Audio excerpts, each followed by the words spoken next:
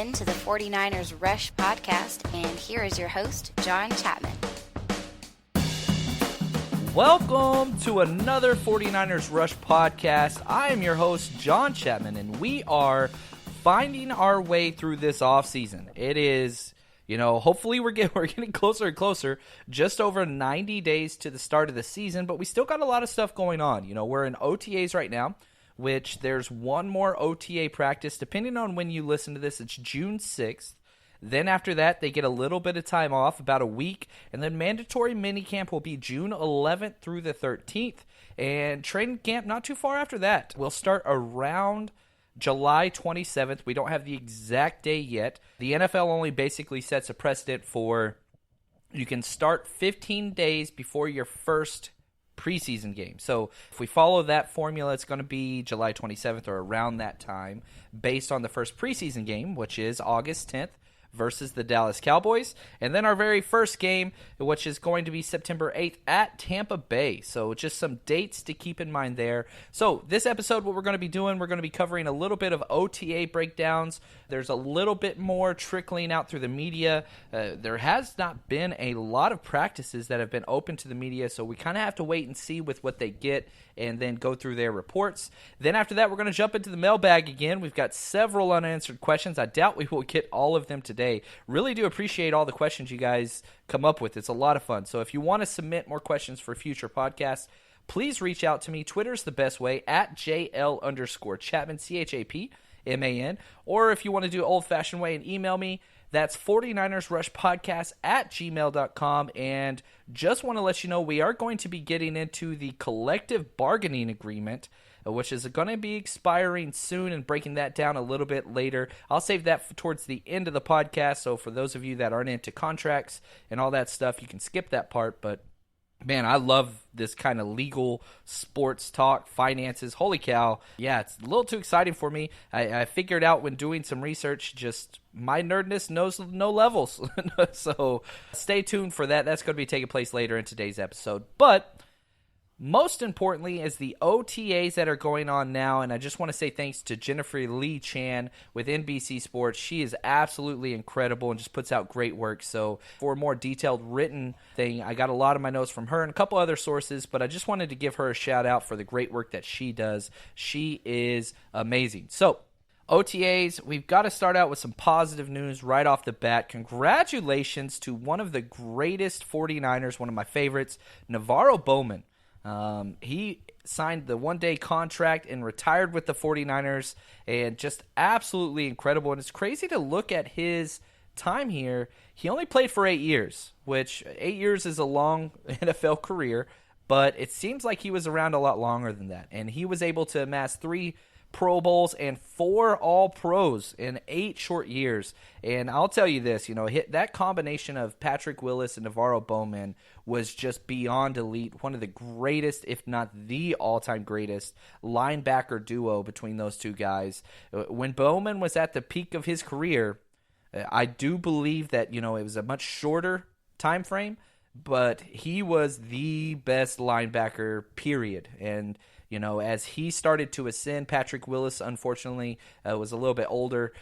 His time caught up to him. But Navarro Bowman at the top of his game, I would put up there with any linebacker in NFL history. He was beyond elite. So just want to say thanks to Bowman. It was pretty cool. Whenever he signed his contract, they called him out on the field at OTAs, and he was able to break down, the practice at the end when they were in the huddle. That was a really cool thing to see. If you haven't seen it, it's all over Twitter.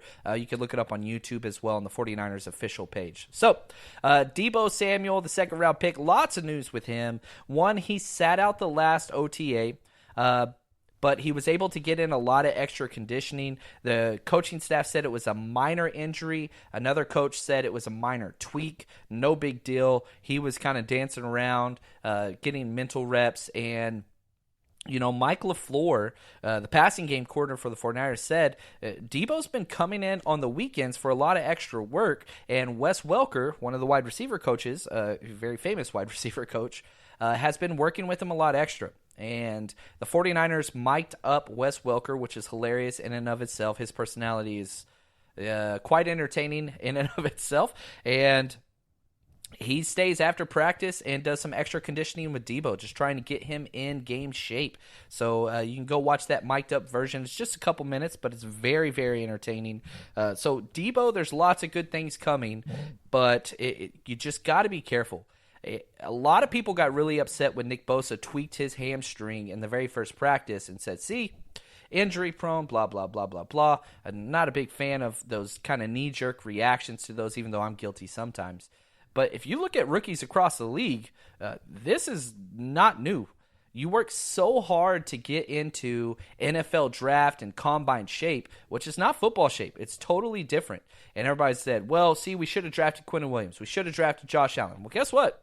Quinnen Williams and Josh Allen also got hurt or are dealing with injuries since their very first OTA as well. So this is not something that's small to Nick Bosa. It's just the way it goes. You've got to ease these guys into that football mindset and football workload. It's not just running 40s and things like that and lifting weights.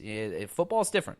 So moving on, I did want to say Wes Welker had a couple comments on Matt Mayoko's podcast as well about Jalen Hurd. He was asked if Hurd is going to be played in the slot. Wes Welker said he will have the chance to do that, but he's got to lose some pounds first. He's a little too heavy. He's a big guy, and he is working really hard to do that. And the reason why I put this at the very front is this is the best news that has come out of Santa Clara since the draft. I love this because what it means is, Kyle Shanahan alluded to the possibility that Jalen Hurd could be playing tight end, fullback, all these things if he got bigger. And I was immediately just, no, I do not want that. One, we have one of the greatest tight ends, and we drafted another, wide receiver too, whatever. We got Juszczyk at fullback. I think the best spot for Jalen Hurd is that big slot role or wide receiver role. And so the fact that they are not going to just kind of redshirt Jalen Hurd, instead they are going to try to get him to lose some weight and get smaller so that he can make an instant impact this year. This is I'm very, very excited because I understand versatility and I love that. That's great.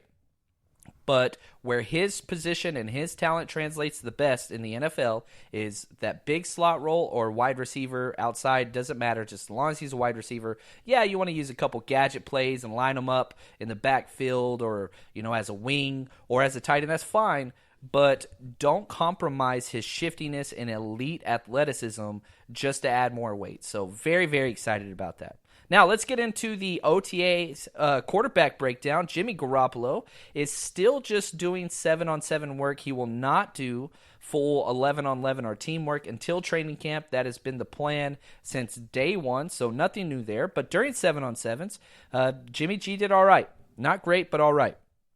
Had a touchdown pass to Kittle, which seems anytime the media showed up, Kittle has had at least one touchdown, if not, all the way up to 3 touchdowns in one practice. This guy is going to continue his dominance. And the funny thing is, it doesn't matter who the quarterback is, whether it's Jimmy, CJ, Nick Mullins.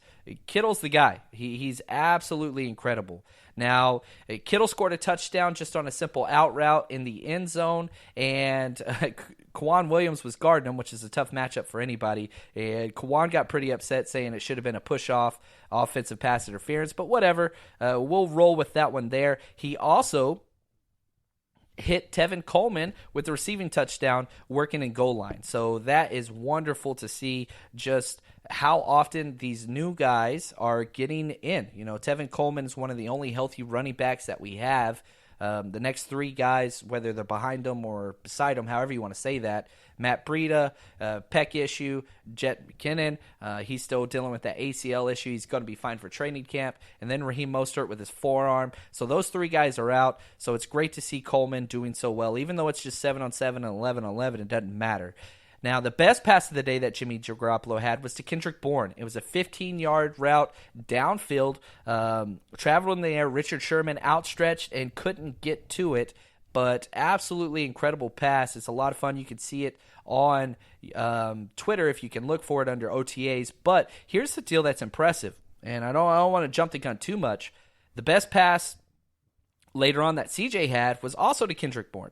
So it seems like it doesn't matter who goes in. Bourne is having a great OTA, maybe one of the better ones. He is one of those guys, even though he led the 49ers in receiving last year, a lot of people are saying he's a bubble roster spot. I think that he's going to make it. I think it's between him and Jordan Matthews for that kind of bigger outside role. I think Kendrick Bourne's going to win that, and he's had a lot of good practices. I would not be upset if Jordan Matthews or both of them make the roster.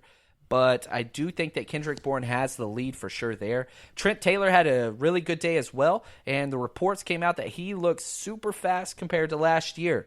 Jimmy Garoppolo went to him 3 plays in a row in 7-on-7 drills, and he's just getting a lot of separation. So it's great to see him coming off that back injury. Again, another bubble roster guy. Him and Richie James, whoever wins that one, I don't think that they keep both under any situation. As those two guys fighting for that smaller slot role. If Trent Taylor is completely healthy, I think that's his to lose. The upside, I think, is with Richie James, but that's whichever side you want to pick there. Now, Nick Mullins and the backups. The battle of the backups, as I'm going to keep calling it, even though I think it's Mullins' job to lose. They get all the team reps.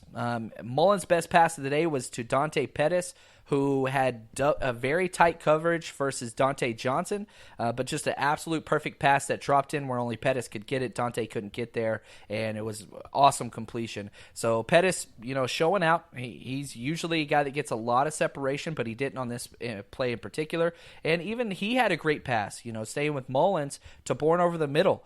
Greg Mabin was in trail coverage, and it was just a perfect pass to Bourne over the middle. Now CJ targeted Trent Taylor more than anybody. We know he doesn't like to go deep too often, but whenever he does, he makes it count. And also of note, Trent Taylor was doing some outside wide receiver lineup. He was not just in the slant or in the slot route, slot position, because here's what's key. It seems like whoever you're keeping, you better be able to line up in the slot or outside or something else. If you are just pegged to one position, that is a red flag in this offense with how multiple Kyle Shanahan is wanting to be.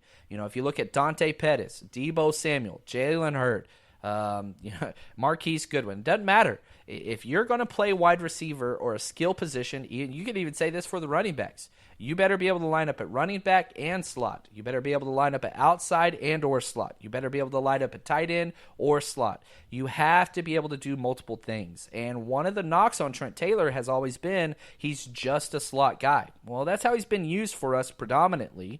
But it seems like they're going to see if he can be as versatile as a lot of the other guys. And if he can, then I think he's going to be able to lock up a spot. So the best pass of the day for CJ was to Kendrick Bourne, as I alluded to earlier. It was a high-pointed ball in double coverage between Dante Johnson again and David Mayo, and he just gave the bigger-bodied Kendrick Bourne a chance to go up and get it, and he did in double coverage, which was awesome for a first down. So CJ had a decent day. Nothing really special out of the quarterbacks, but nothing really bad either. Now, defensive standouts in the practice, Greg Mabin and Elijah Lee both broke up a Jimmy Garoppolo pass in 7-on-7. And Blair, another bubble roster guy who I think is going to make it. I love this kid. He played great against the run several plays in a row and even got a tackle for loss where he was able to beat the tackle to get in the mesh point as the ball was being handed off to Jeff Wilson Jr. Couldn't do anything and basically made the tackle as soon as he got the ball. Now, real quick, there is a rumor going around. It's a small one from Adam Schefter saying unrestricted free agent Kayvon Webster, cornerback, that there's a lot of interest. He visited the Saints today, but the 49ers are very interested as well. He's 5'11", 193 pounds, 5-year vet, was a third-round pick from the Denver Broncos, and he won a Super Bowl there. So there is something that we could do here because – and the big reason why I bring this up is if we did bring him over, I think that would further cement that role of, our third-round pick last year, Tarvarius Moore, staying at safety, which, gosh, needs to happen. So something to look in there, too. If the 49ers do bring in another corner, I think that's what that's going to mean, is that Tarvarius Moore is going to stay at safety. If we bring in a safety, I do think that we're going to push Moore back over to that cornerback position. So, just something to look into. So that's the OTA report. What I want to do now is just, before we jump into questions and get into all kinds of weird topics, I want to take time to thank our sponsor, Game Day Sports and Memorabilia. I know I talk about them every week, but holy cow, they have given us so much merchandise to give away for free, and we're going to have another giveaway coming up soon. So head over to their website, GameDaySportsMemorabilia.com. Whatever it is you want, 49ers related or any sports team, they have you covered. And let them know the 49ers Rush podcast sent you. Again, that is Game Day Sports and Memorabilia.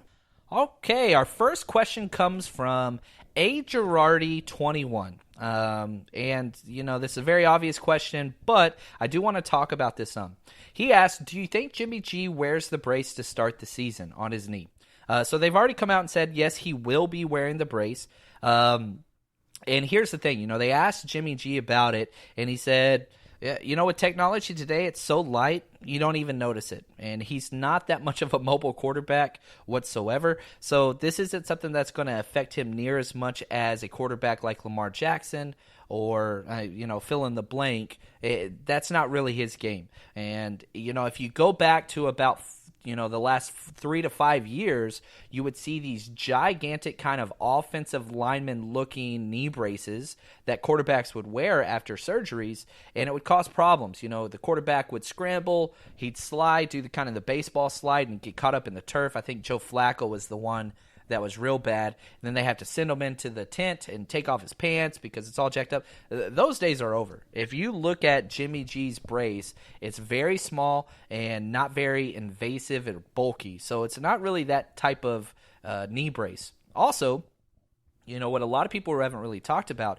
it's not Jimmy G's plant leg. So whenever he goes into his quarterback drop, his plant leg that he puts all of his weight on, the knee that takes all the stress, that's not it. It's his front leg. So whenever he goes through his throwing motion and he hits that back step in his drop, whether 3, 5, 7 step, whatever, that's his healthy knee. His kind of forward leading leg, whenever he goes through his throwing motion, his follow-through foot, that's the one with the brace. So that's a very good thing. Just something to understand. Most of the stress and weight is going on his always healthy knee. So that's a great thing. That's going to help and speed up his recovery. And I'm telling you right now, if we were in training camp right now, Jimmy Garoppolo would be a full go. He looks absolutely incredible and smooth. Any of the film you watch, any of the stuff coming out of OTAs, he looks great. So my concern level for him is going down every single day. Now, let's get a little nerdy. Kevin asks, will there be a lockout after the CBA, after the 2021 season? So the CBA, the collective bargaining agreement that has been agreed upon for several years, it expires after the 2021 season. Now, this is a big deal because this affects the way contracts are being drawn up now, and it's huge. The NFL Players Association sent out a warning to all sports agents saying to prepare for a work stoppage here in a couple of years. So this is gigantic. Now, I reached out to a few players that I know fairly well, and I asked them, hey, have you talked about this with your agent, all these things? Both of them responded almost exactly the same. Yeah, it's probably going to stop, which is absolutely awful. From a fan, we want to keep playing. We've got to figure out a way for this to work out. So I want to break down the kind of main concerns from both sides and why this is taking place and what to look forward to. The NFL owners have the most power and money share of all major sports across all major continents. You want to look at Major League Baseball, hockey, soccer in Europe, doesn't matter. The NFL is king in revenue. They make way more money than anything else. And also, the NFL team owners, they keep everything. So they did a poll.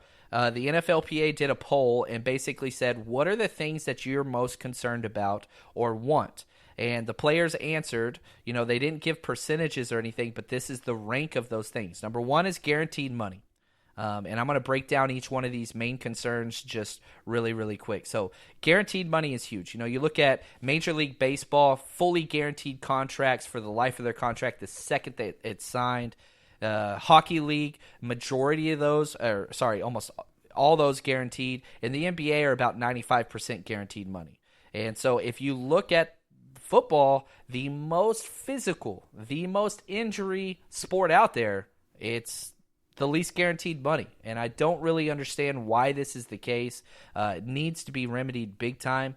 And then if you look at how much money is split between the NFL team owners and the players only get 47%. So 47 to 48.5% of the revenue goes to the team players. The rest goes to the team owners. So, and what that revenue is made up of: media deals, local revenue, selling, concessions, all those types of things. And we only know this because of the Packers, which is really, really interesting, because the NFL doesn't have to release any of this to the public. They are a private company. But the Packers are not. They are a publicly owned company. Therefore, they have to release all revenue to the public as part of just, it's just the way it is. So the NFL doesn't release any of this, but what we can do is we could take the Packers information, because they're a public trade company, and then extrapolate that. So based on the information that the Packers have released, and again, if you hate this talk, I'm going to get to some more questions, but I'm sorry, I'm a big nerd. I'll put in the comments exactly where this talk stops so that you can skip if you want to. So if this is bothering you, just go to the comments wherever you're listening to this podcast, and I'll put in there the timestamp so you can jump to it. But in 2017, owners made just under $8 billion in revenue from these sources, which if you divide that amongst the 32 teams, that's about $250 million per owner. So now that's not even. That's just if we are going to break it down, but the teams don't release how much they keep for themselves. So this is the numbers that we're working with. So that's the number one, is they want that 47% to be shifted to 50-50, or, ideally for the players a little bit over. I do think that's going to shift some, and I'm going to end this conversation saying, what John Chapman's compromise plan between the NFLPA and the owners, what should happen. The number two thing, franchise tag needs to go.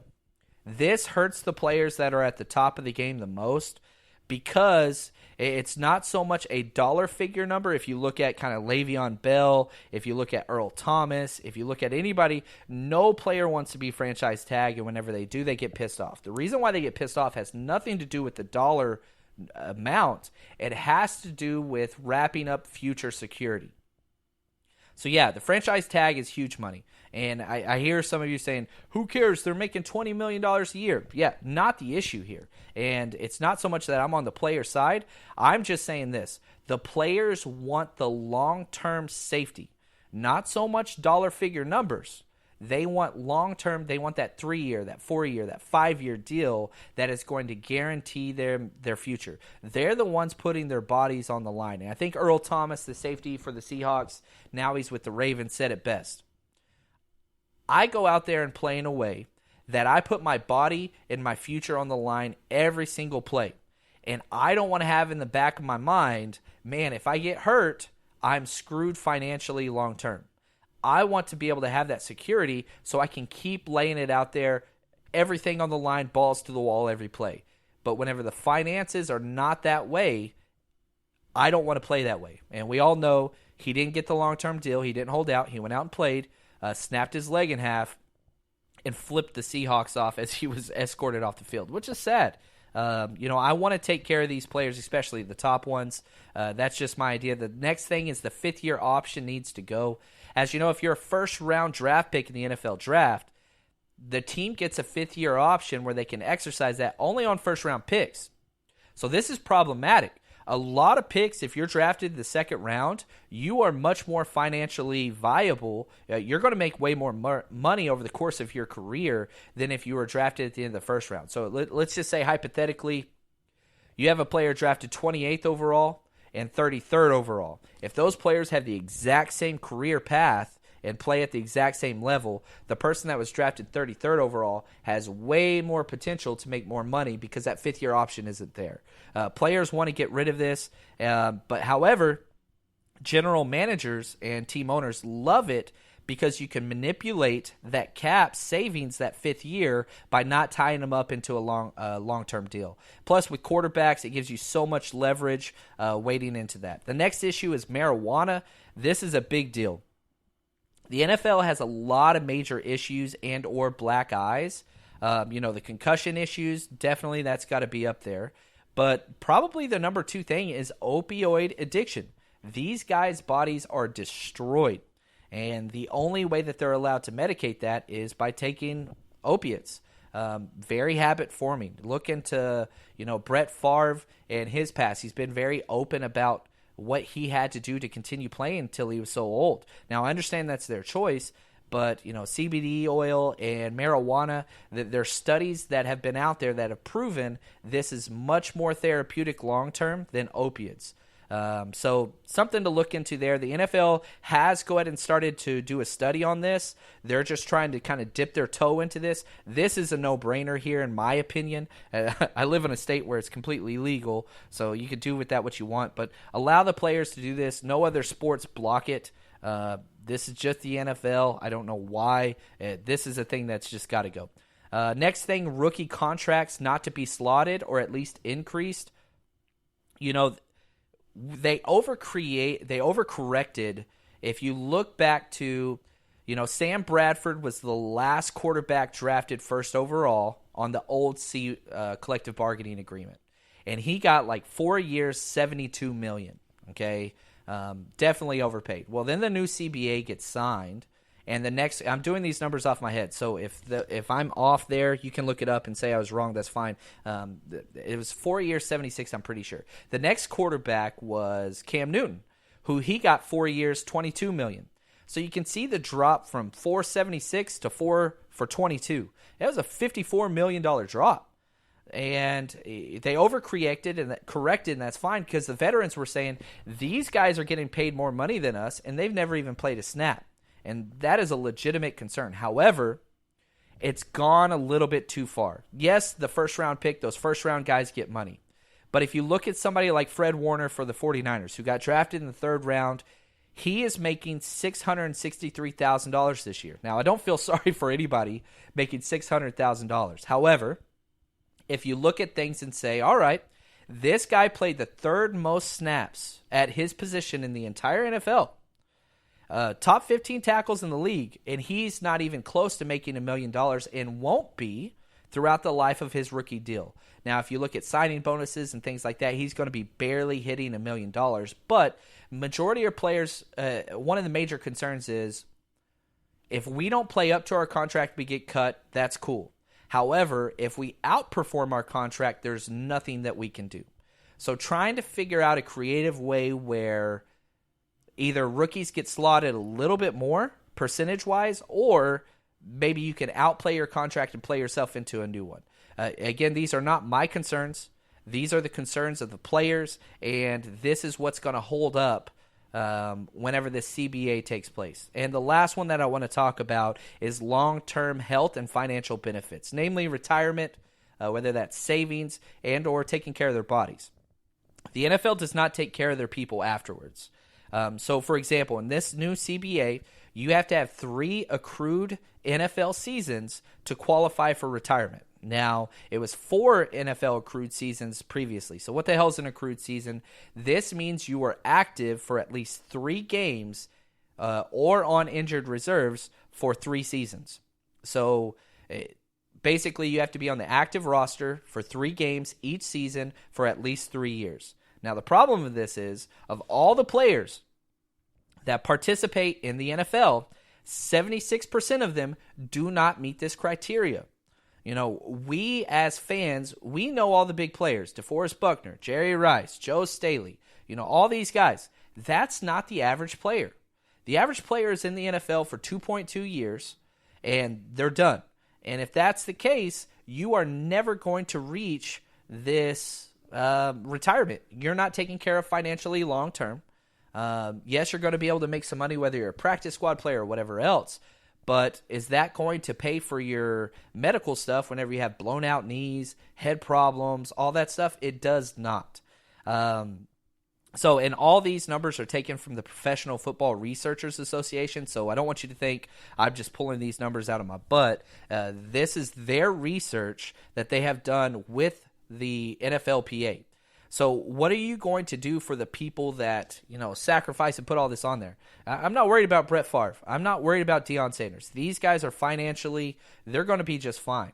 I am worried about the undrafted free agent that's on the practice squad for 2 years, finally gets his break, starts 3 games, and then something happens. Well, guess what? This is a guy that has made maybe $200,000 to $300,000 over the course of these 3 years, and now his body's destroyed. So it's not so much like cry for me, but whenever you are part of the NFL and you are the most financially dominant organizations in the sports organization in the world, why is there not enough money when you're bringing in $8 billion to take care of these people? That's all I'm trying to say.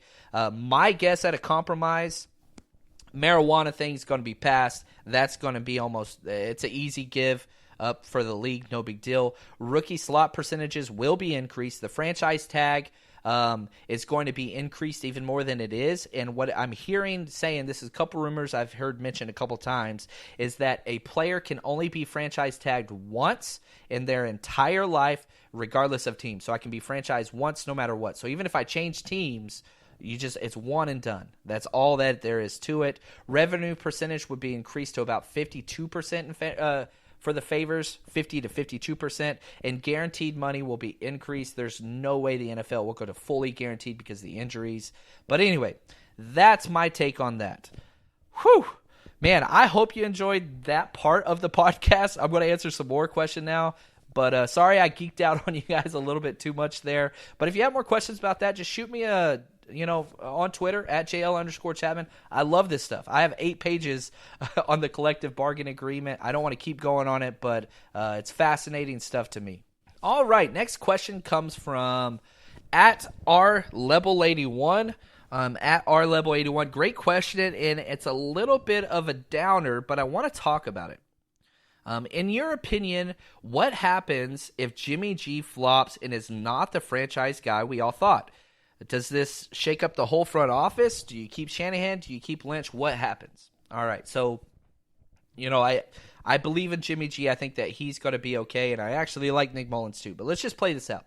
Let's say things go just god-awful, okay? The 49ers have another 4-12 season, 5-11 season, something like that. Quarterback plays terrible, whatever.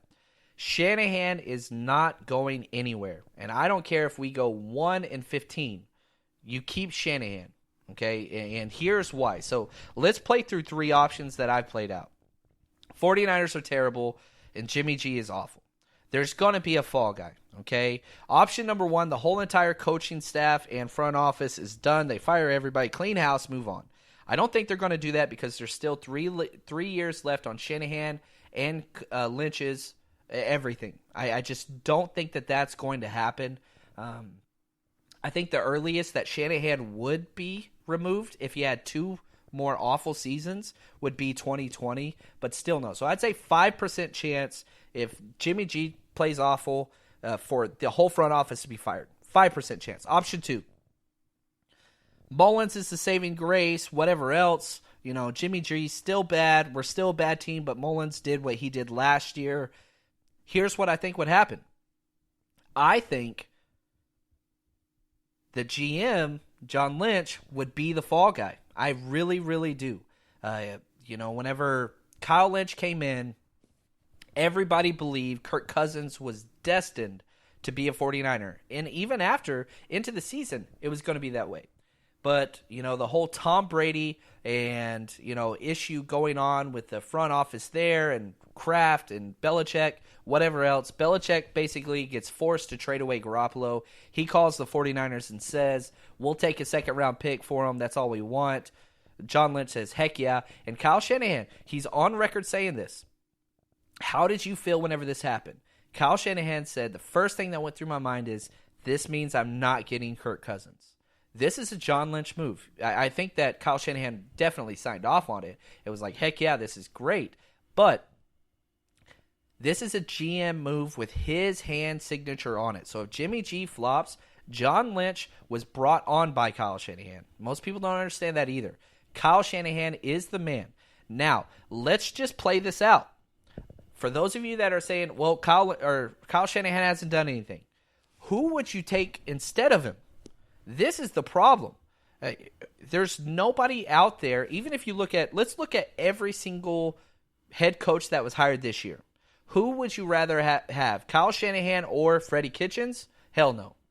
Bruce Arians, that one's the closest, I think, to him. But Bruce Arians is old. What's he going to coach for? 3 to 5 more years tops. I love Bruce Arians. I really, really do. But do you want him to come in and be the guy, even though you know it's going to be short term? I don't think you do. Matt LaFleur, hell no. Matt LaFleur has coached under Kyle Shanahan and got the job just because he coached with Kyle Shanahan. Brian Flores, I think, is a great coach, but no, Vic Fangio, we could have had that one 10 years ago. We said no to that. I do think he is a great coach. Gase, hell no. I think one of the worst coaching hires in the entire NFL was bringing him to New York. Zach Taylor, again, no. Cliff Kingsbury, again, no. None of these guys hold pencil to Kyle Shanahan. And if we did release Kyle Shanahan, understand this. He would be the top coaching candidate in the entire NFL the following year. He would be hired automatically. In the NFL today, the most important thing is quarterback development and offensive scheme. Kyle Shanahan is top 2 to 3 in the entire NFL, and it's not close. Maybe you could say, the coach down in Los Angeles, McVay, or you could say Andy Reid. That's it. There's nobody else you could put up there with him. There is nobody else. You could talk about the Colts coach. You could talk about Parcells. Belichick, whatever. Josh McDaniels. I don't care. Kyle Shanahan is top 3 offensive coach in the NFL, period. So he is staying. I'm telling you this right now. So my order, and again, this is the 70%, 5% everybody gets fired, 25%, Nick Mullins saves everybody, and 70% if we have another bad season. I think that Lynch would be the fall guy. I really do think. And so if I'm looking at the main coaching staff of the 49ers and front office, my order of people that would be fired if we don't have a winning season, Robert Saleh, defensive coordinator, would be number 1. John Lynch, number 2. After that, a gigantic gap, huge chasm. Then it would be Kyle Shanahan. I think Kyle Shanahan's staying absolutely no matter what. I don't care if we go 0-16. You do not fire Kyle Shanahan. I believe that personally. Next question. At Levo Skeet, how do you see Fred Warner's role with the new additions changing, if at all, and what are the expectations for the second-year linebacker? I love Fred Warner. He is a beast. I talked about it. 3rd most snaps of any linebacker in the NFL. So in our new offense or defense, the Mike and Will linebacker position are interchangeable. They are the exact same. Having said that, I only want him playing Mike linebacker. I want him being the guy that gets all the calls. I want him making all the calls for the entire defense, and I just want him playing that Mike role. I want everybody else to learn multiple spots. I want Quan Alexander to learn Will and Mike, and the reason why is Fred Warner needs to focus on one thing and one thing only, being a sophomore player and being in charge of the defense. Everybody else needs to learn multiple spots. So if Fred Warner is healthy, he's Mike, period. Quan Alexander, he's going to be Mike and Will. So what would happen there is you have Quan at Will, and let's just say something happened to Warner, then you would move him over into the Mike spot, Quan Alexander making the call, so on and so forth, and you bring somebody else in at Will. I want him focused on that one position. Now, Elijah Lee, I think, could also be a backup Mike if you want him to learn. I think Elijah Lee should be the backup for every single linebacker position, personally. I love that kid, but I don't think that he is a starter. Greenlaw would probably be the backup Sam off-the-ball backer. I think that would be him. Now, the second part of your question, what are the expectations in the second year for Fred Warner? Number 1, he's got to fix missed tackles. Okay, that's his number 1 priority. He had 16 missed tackles last year, and that is atrocious. Just to put this into perspective of some other top linebackers in the NFL, and I do consider, Fred Warner to be right on the cusp of a top linebacker in the NFL. He is that good. Bobby Wagner had 1 missed tackle all year. Zach Brown, 4 missed tackles. Lorenzo Alexander, 3 missed tackles. These are guys that played equivalent snaps to Warner, and so he's a little off there. So, all right, I'm going to go ahead and stop for the day. Yes, I have more questions. Yes, I will get to more questions, But that's going to be it for today. Stay strong. The next episode, I'm pretty excited about this, so stay tuned for this. I'm going to be doing an offensive chart breakdown for the entire offense, projections, carries, yards, receptions, snap totals, percentages for the entire offense of the 49ers, which is going to be rough because our backfield is a giant question mark on who's going to be the leader there. But stay tuned. That is what is up ahead. Thanks, guys.